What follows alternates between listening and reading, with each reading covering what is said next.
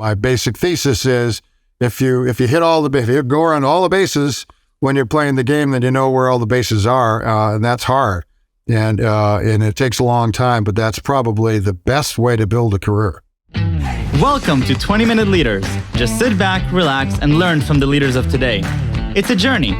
Each one is different, unique, inspiring. Let's get started. 20-Minute Leaders is a proud supporter of Make-A-Wish Israel and Tech to Peace, and is in proud collaboration with Secret Chord Ventures, J Ventures, Riverside FM, Fusion VC, Birthright Excel, J Impact, Leap, Google for Startups, and Hippo, and in media partnership with CTech. Hello and welcome to 20-Minute Leaders. Today I'm with Steve Blue. Steve is president of and CEO of Miller Ingenuity, an international manufacturer of high technology products that save lives and preserve the environment. Steve has published 5 books that teach senior leaders and CEOs how to increase profit, take market share, and destroy competition. He is an internationally recognized expert on leading change and business transformation. Steve is a highly acclaimed keynote speaker, having addressed audiences at Harvard Business School, the United Nations, Carnegie Hall, Industry Week, the World Safe Summit, CEO Clubs International, and Medtronic Corporation. His leadership insights have been featured in the Wall Street Journal, Fox News, Fox Business Channel, CNN, CNBC, Forbes, Fortune, CEO World, Business Week, and Success magazines. Steve Blue, welcome to 20-Minute Leaders. Thank you so much for being here. How are you? Thank you. It's a pleasure to be here. I'm fine. How are you? I am doing great, and you're here all the way from Winona, right? All the way. There is a town called Winona, and I live in it. I love it. Well, besides for the fact that you're the president and CEO of Miller Ingenuity, you are an author of multiple books. You're talking to senior leaders and CEOs on a variety of subjects when it comes to leadership, business, performance, and more even importantly, you're also very active with speaking to students, which we spoke about just before we started. And so a lot of different things for me to pick your brain on. But I want to start off very quickly, if you can just give me a little bit about sort of your own journey, what's been guiding you, and perhaps a few of the key milestones. And then I want to dive into a little bit about some of the things that you talk to students about. Sure. Years ago, and I've been in leadership positions now for industrial leadership positions for a little more than 45 years. And so I tell people when I consult and what I write and when I give keynote speeches, I tell senior leaders, you don't have a problem that I haven't seen before. And in fact, you don't have a problem that I haven't already solved before, because early in my career, Michael, I asked for the toughest, crummiest, in the little hole in the wall place assignments I could find, because I knew nobody else was trying to solve those problems. And so if I could solve them, I'd have a leg up on other people in terms of promotions and so forth. And that was very useful. And the other part about that is I got to learn every part of the organization from the bottom to the top. In any organization, I know what goes wrong in any part of it because I've been there down in the trenches all the way up through middle to ultimately senior management. So that's how I learned sort of most of what I know, because I saw all the wrong ways people were doing it and how to do it correctly. And so then I just started writing about that. And I just started developing keynote speeches around that and talking about, what works and what doesn't work. And as it turned out, I sort of had the secret recipe to Coke. For some reason, I couldn't say no other leaders in the world had this down, but a lot of them just didn't see it and didn't understand it, and I was able to offer it. And I would say, in terms of key moments in my career, I worked in a turnaround once for 7 years. And that was the most horrifying situation I've ever been in. It was also the most gratifying, and it was the situation where I learned the most. In that company, Michael, we had to choose between making payroll or keeping the lights running. That's how bad things were, and we were just bleeding. Anyway, so from that experience, I learned cash is king. If you don't have cash to run a business, you can't survive, and you have to make sure that you can keep your eye on the ball in terms of make your numbers every week. And if you make your numbers, some people will say, oh, we missed the quarter, so what? So we'll make it up next quarter. I don't believe in that. I believe in if you make the numbers this week, you'll make the numbers next week. And if you make the numbers next week, you'll make the numbers the following week. And that's one of the most important lessons I ever learned. And that's been very helpful to me, especially during the pandemic. When we came into the pandemic, a lot of companies went belly up because they weren't washing their cash and their balance sheets were loose and were weak.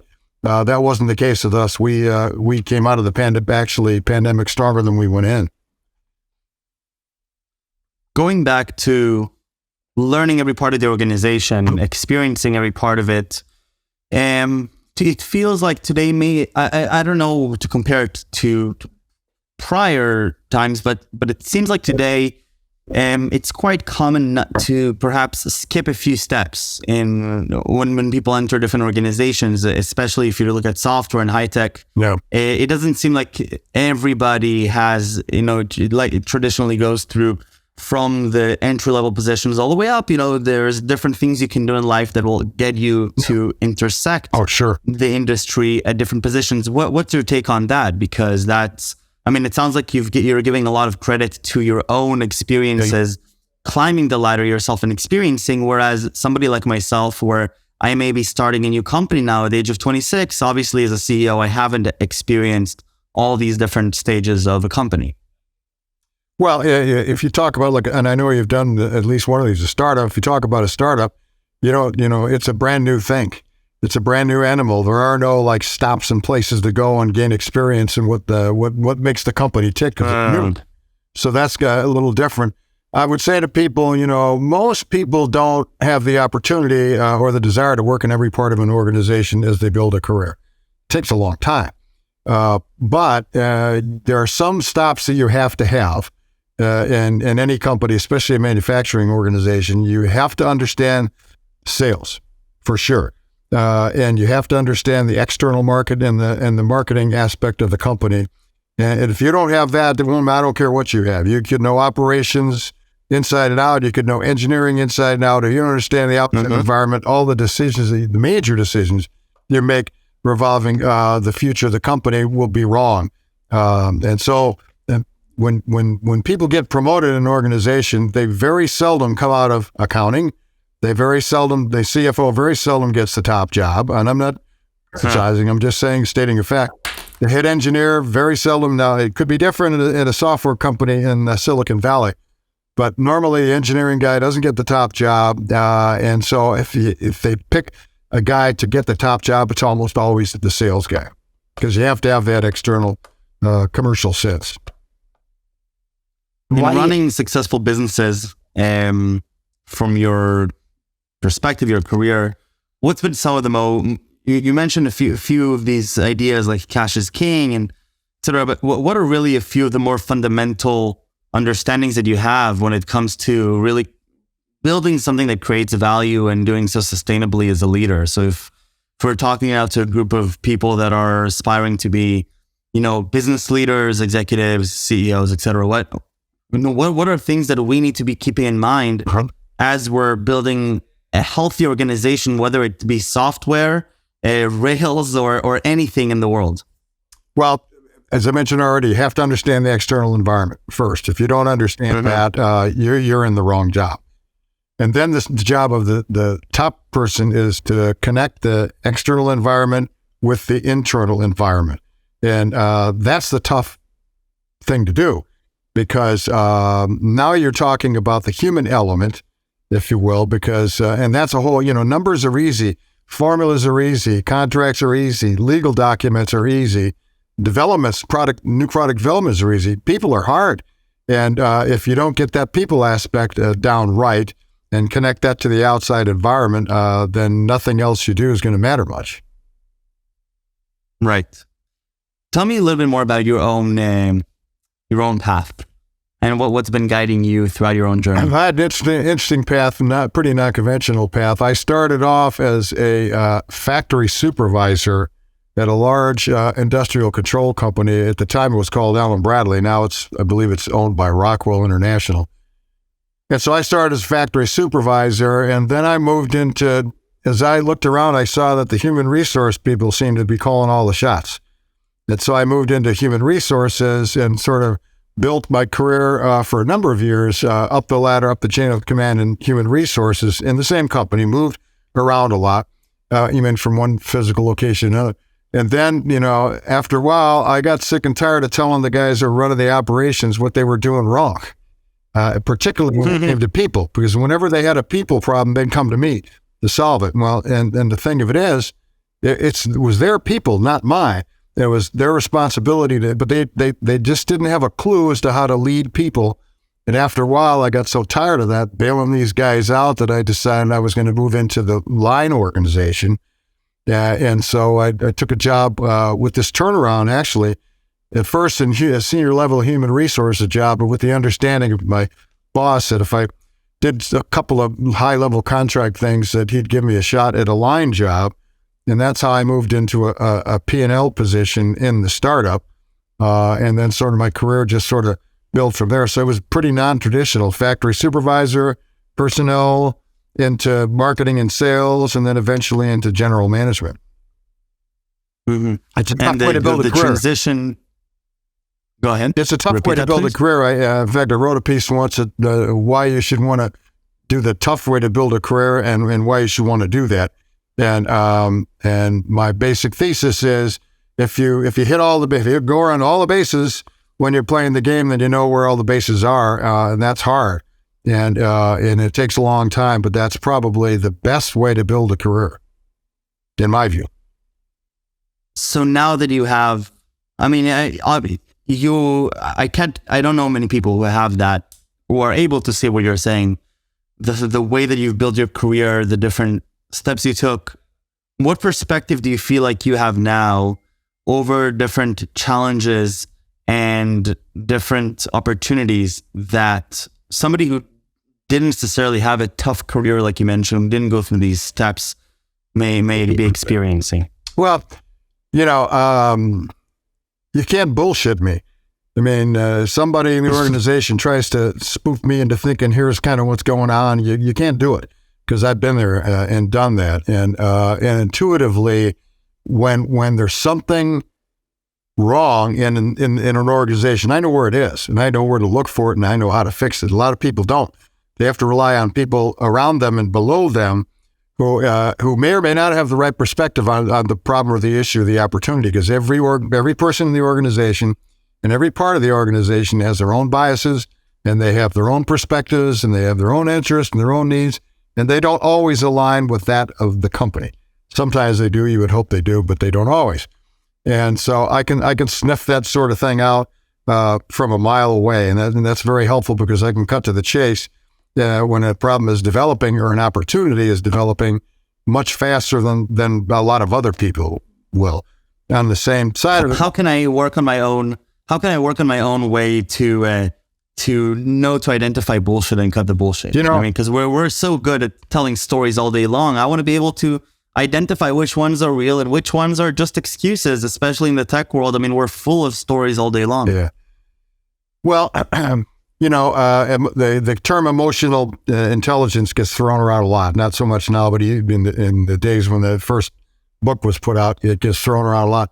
You have to have innate emotional intelligence if you can sniff it in order to sniff this stuff out. And I don't know that they teach that in school. I do know one thing. I've always used an industrial psychologist as a consultant.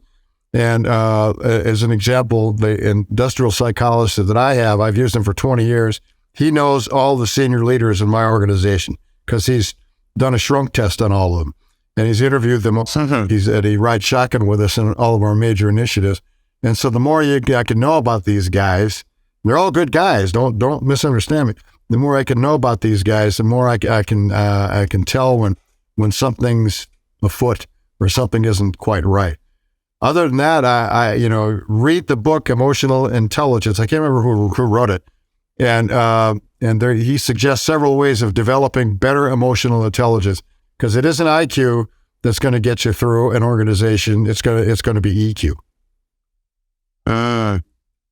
I was writing that down yourself, for me. if you're listening to somebody and you got that feeling on the back of your neck and in your spine or whatever, you just got that feeling, something isn't right about what this person's telling me.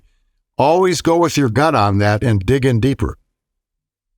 Dig in deeper, right. I think that another way to look at it is that some people may draw conclusions based on that feeling and then make assumptions, which may not always be the right thing because That's we don't necessarily... That's a good point because your first assumption and conclusion is probably wrong.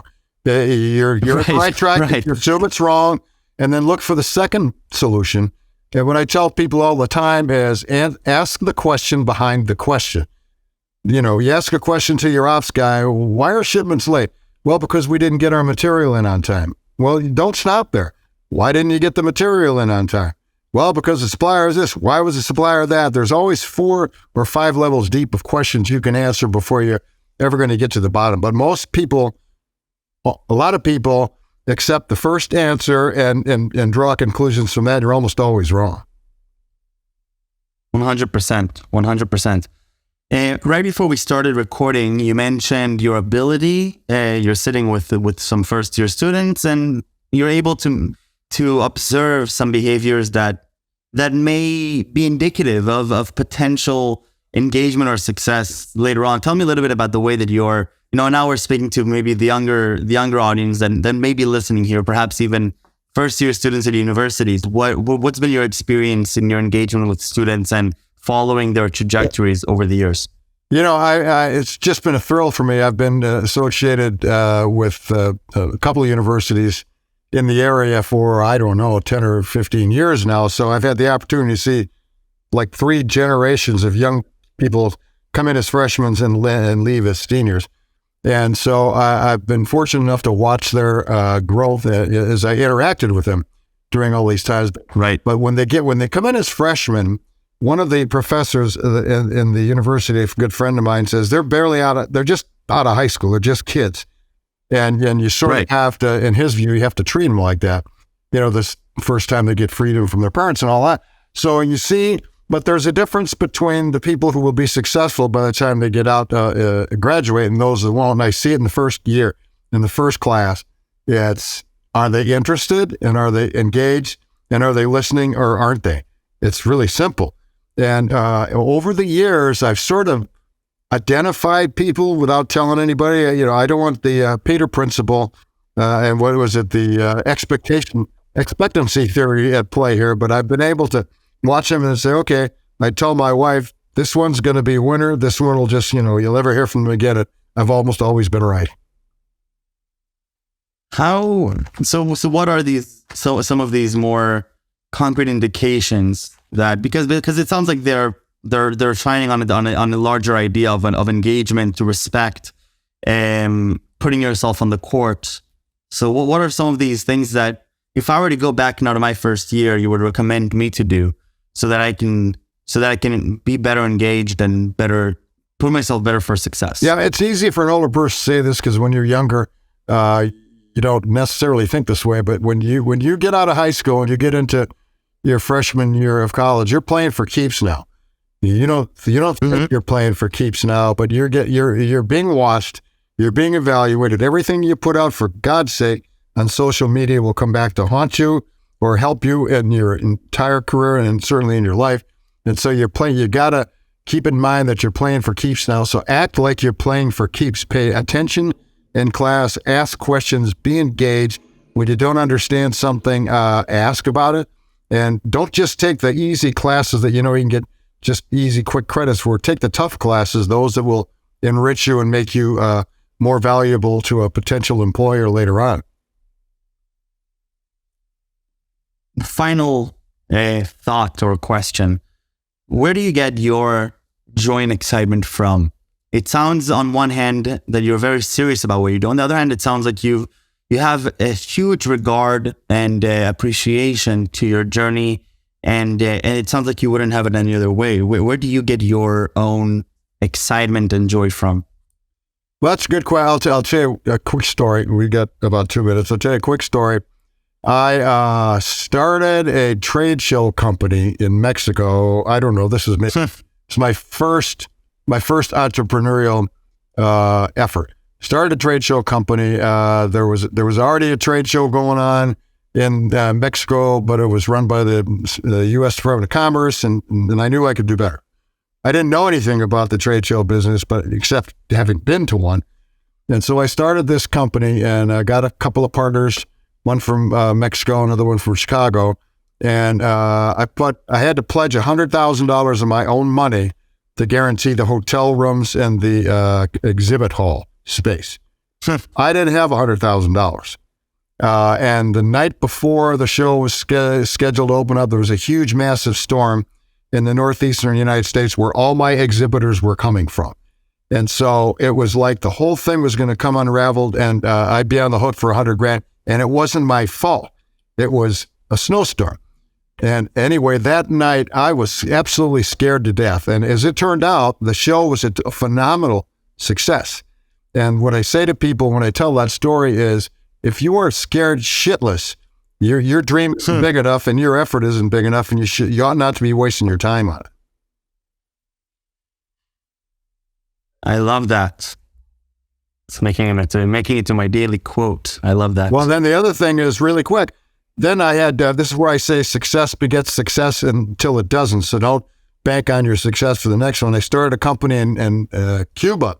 Right after that, thinking I could do absolutely no wrong, I lost my ass on that venture. So one success doesn't mean another one. Steve, thank you so much for the time and for the insights. I loved it. I really appreciate it. Continue making a huge positive impact on all those around you. And I look forward to sharing this with everybody. Thank you very, very much. My pleasure. Same to you. Thank you.